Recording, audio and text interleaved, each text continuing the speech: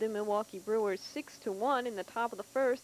Holman strikes out Gary Sheffield. He walked 2 and struck out 7 in the game. In the top of the second, however, with 1 out, it's Greg Vaughn with the single to left field. That brought home Greg Brock, and the Brewers took a 1-0 lead.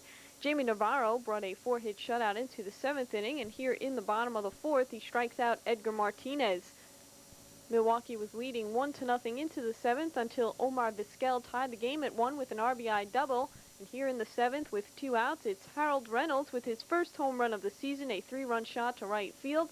Came with David Valley and Omar Vizquel on board to give Seattle a 4-1 lead. We move now to the bottom of the 8th inning with nobody out. Jay Buhner at the plate for the Seattle Mariners, and he would increase Seattle's lead to 6-1 with a 2-run home run. This is his 7th home run of the season. This one to the left field corner, and it just stays fair. This comes off Mark Lee now for the Milwaukee Brewers. It comes with Ken Griffey Jr. on board. RBIs 20 and 21 on the season for Buhner, and 6-1 Mariners.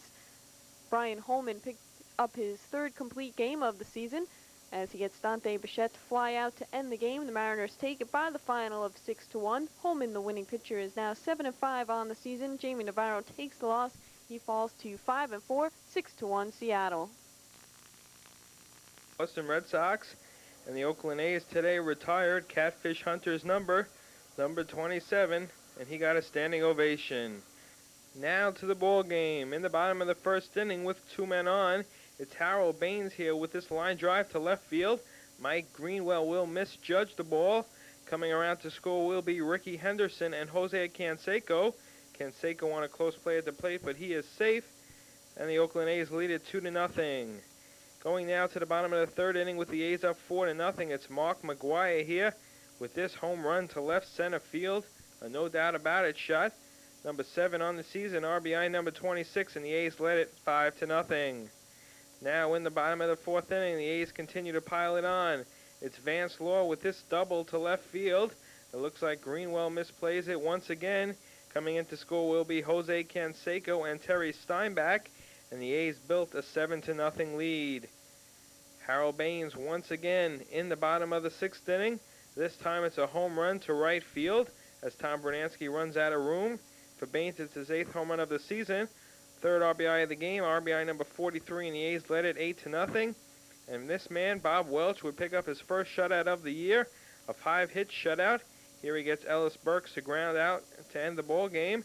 The A's win it 8-0. Welch to win is 6-3. Bolton the loss 5-4. Gagler made his major league debut as the Angels took on the Detroit Tigers.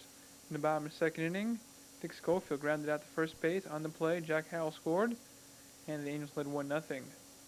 Then at the top of the 3rd, Chuck Finley pitching to Travis Fryman. Fryman doubled down the left field line, and Tony Phillips tried to score all the way from first base, but he was nailed at home plate as Luis Polonia went to Schofield, who went to Lance Parrish, and the play went 7-6-2. Then the bottom of the 4th inning, a single by Dottie Hill made the score 2-0. Then Schofield lined a single to right field, knocking in Howell and Hill, and the Angels led 4-0. Schofield now has 15 RBIs and 3 in the game. Then in the top of the 6th inning, with California leading 5-0, Detroit got on the board when Tony Phillips counted for a solo home run to left field. His 6th of the season, his 20th RBI, and the Angels lead was cut to 5-1 in the top of the 6th inning. So that's as close as Detroit got. In the bottom of the 6th inning, the Angels connected for back-to-back home runs. First, Wally Joyner with a solo shot to right center field. His 9th home run, his 30th RBI, and the Angels led 6-1. The next batter was Dave Winfield, and he connected for a solo home run down the left field line. His 12th home run, his 42nd RBI, and the Angels led 7-1. They went on a win by a score of 7-3. Angels star Chuck Finley picked up his 10th win of the year as he went 6 2/3, striking out 9, including Travis Fryman in the top of the 6th inning. Dan Gagler got the loss for Detroit. He's 0-1. And the Braves took on the Montreal Expos, and the bottom of the 1st inning, Justice connected for a 2-run homer to right field off Montreal starter Mark Gardner, and the Braves led 2-0. Homer number 9, RBIs 44 and 45 as Tommy Gregg scored a home run. Then a single by Jeff Blouse made the score 3-0. Then at the top of the 2nd, Larry Walker connected for a 3-run homer to center field. His 5th home run, RBIs 14, 15, and 16 as Mike Fitzgerald and Kenny Williams scored a home run, and the game was tied at 3 in the top of the 2nd inning. Then in the bottom of the 5th inning, the Braves took the lead again as Dave Justice connected for another 2-run homer to right field. His 10th home run of the year, his second in the game. He now has 47 RBIs, as once again Tommy Gregg scored a home run, and the Braves led 5-3. A grounder made the score 6-3. Then the bottom of the 6th inning, nice play by Delano DeShields of Montreal at second base, as he made a diving stop on Jeff Treadway's ground ball to second and threw him out. The play went 4-3. Nice play by Montreal second baseman Delano DeShields. Then the bottom of the 7th inning, Atlanta increased its lead when Greg Olson connected for a 2-run homer to left field, his second homer of the season. Jeff Blau scored a home run, and the Braves led 8-3 en route to the 8-6 win. In the top of the 8th inning, Montreal got back a couple runs when Tim Wallach hit a 2-run homer to left field, his 4th of the season, his 5th career home run versus Tom Glavine. The Braves won 8-6. Glavine got the win, he's 10-2, and Montreal started Mark Gardner got the loss, he drops to 1-3. Let's just go Giants. In the top of the 4th inning with no score, it's Greg Litton here playing for the injured Will Clark, and he will hit this solo home run to left field. For Litton, it's his first home run of the season, and the Giants took a 1-0 lead. It stayed that way until the bottom of the 7th inning when Gerald Perry uncorks for this home run to deep right field. For Gerald, it's his second home run of the season. This tied the game at 1. It's the first Cardinal home run in 18 games. Then in the top of the 8th inning, it's Kevin Bass with the single to center field. Willie McGee will score, and on a close play at the plate, Matt Williams scores right behind him to give the Giants a 3-1 lead. A mild argument by the Cardinals, but as you see, Matt Williams was safe. Going now to the bottom of the 9th inning, it's Pedro Guerrero here with a RBI single to center field. Ray Langford would score, making it a 3-2 ball game. The Giants would then call on Jeff Brantley to close the door, and with first and third and one man out, Jeff Brantley comes through, getting Todd Zeal here to hit into a double play, 5-4-3. The Giants hold on to defeat the Cardinals 3-2. The winner Burkett 4-3 to lose to De Leon 2-5. Brantley his 5th save. And the San Diego Padres picked up their 8th win in their last 10 games with a 5-3 win over the Pirates. Padres took a 1-0 lead in the top of the 4th on Fred McGriff's RBI groundout, and in the top of the 5th it's Bobby Bonilla with a great catch. He reaches up and crashes into the wall on the drive by Darren Jackson. Scott Coolbaugh makes his way back to first base. A great play by Bobby Bonilla for the Pirates. In the bottom of the 5th, Jeff King hits into the double play, but Bobby Bonilla scores, and that ties the game at 1 apiece. We move now to the top of the 6th inning. Thomas Howard trips over Jay Bell as he rounds second base. This comes on Tony Fernandez's single. Howard is allowed to go to third as obstruction is called, so there are runners on first and third with nobody out. And Tony Gwynn with the single to right field off Zane Smith. Howard scores to make it 2-1 Padres. Gwynn's 40th RBI of the season as he extended his hitting streak to 15 games. Andy Bennis walked 2 and struck out 3. He came within 1 out of his first complete game of the year as he improved to 4-6.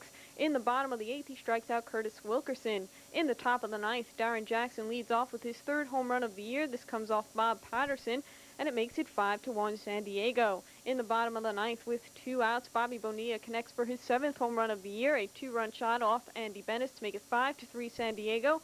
Craig Lefferts came on to pick up his 13th save of the year as the Padres take it 5-3. Zane Smith falls to 7-4. Seeing the world through Cubs-colored glasses on Sunday afternoon at Wrigley Field as the Chicago Cubs play host to the Los Angeles Dodgers. In the top of the 2nd, Ced Landrum drops the fly ball right off the heel of his glove. Tough time there for Ced Landrum of the Cubs. In the bottom of the 2nd with nobody out, Andre Dawson with his 10th home run of the year, a 2-run shot off Oral Hershiser, comes with George Bell on board, and Chicago takes a 2-0 lead. Still in the bottom of the 2nd inning, Oral Hershiser strikes out Sean Dunston, but the ball gets away from Gary Carter, and Dunston will go to first base. However, he turns towards second, and he is tagged out by Eddie Murray. Dunston argues the call, but he is out, as he struck out, went to first base, and then turned towards second base, and is tagged out by LA's Eddie Murray. Hershiser struck out 6 and walked 1 to improve his record to 1-1 as he won for the first time since April 19th, 1990. In the top of the 5th is Juan Samuel with a single off Danny Jackson, who is making his first start since suffering a groin injury on April 19th. Hershiser scores and the game is tied at 2. Tom Selleck on hand at Wrigley Field as Cal Daniels tries to keep cool. In the top of the 7th, the Dodgers strike for 3 runs here with nobody out. Brett Butler with the chopper to first base. Nobody covers the bag And on that play, Alfredo Griffin scores to make it 3-2 LA. A Wilds pitch made it 4-2 Dodgers, and with one out now in the seventh, Eddie Murray with the single that brings home Juan Samuel to make it 5-2 LA. The Dodgers take it 6-3. Danny Jackson takes the loss. He falls to 0-2. All right, well, you know, the Sox have won 3 in a row. That was Tom Paciorek and Ken Harrelson before the game. Paciorek with a little case of laryngitis. The White Sox took on the Kansas City Royals today. In the top of the fourth inning with no score, it's Matt Marullo here with the RBI single to right field. Dan Pasqua comes in to score, and the White Sox lead it 1-0. The White Sox open things up in the sixth inning. They lead 2-0 when Lance Johnson singles home Dan Pasqua, making it a 3-0 White Sox lead. Then it's Joey Cora here with the bloop single to right field. Coming around to score will be Sammy Sosa, and the White Sox opened up a 4-0 lead. Still in the top of the sixth inning, it's Tim Raines here with the opposite field single to left field. Coming in to score will be Lance Johnson, and the White Sox are up 5-0. Then it's Robin Ventura here with a single right back up the originator. Storm Davis misses it. Coming in to score will be Joey Cora, and the White Sox are up 6-0. Meanwhile, Jack McDowell here was perfect through 6 innings. Here is striking out George Brett in the 4th inning. Then in the bottom of the 7th inning, after Gary Thurman's leadoff single broke up the perfect game, Jim Eisenreich would break up the shutout with this RBI single to center field. Thurman comes in to score, and it was a 6-1 White Sox lead. Going now to the top of the 9th inning, it's Frank Thomas here with this double to right center field, scoring Robin Ventura for Thomas's 41st run batted in of the season. The White Sox defeat the Royals 8-2. Sunday afternoon in Minnesota, Jack Morris and the Twins picked up their 8th straight win with a 9-2 win over the Cleveland Indians. It's the longest winning streak for Minnesota since they won 8 in a row in May 1988. Morris allowed 5 hits over 8 innings. He won his 4th straight start and improved to 28-9 lifetime against the Tribe. And there in the top of the first, he struck out Carlos Baerga.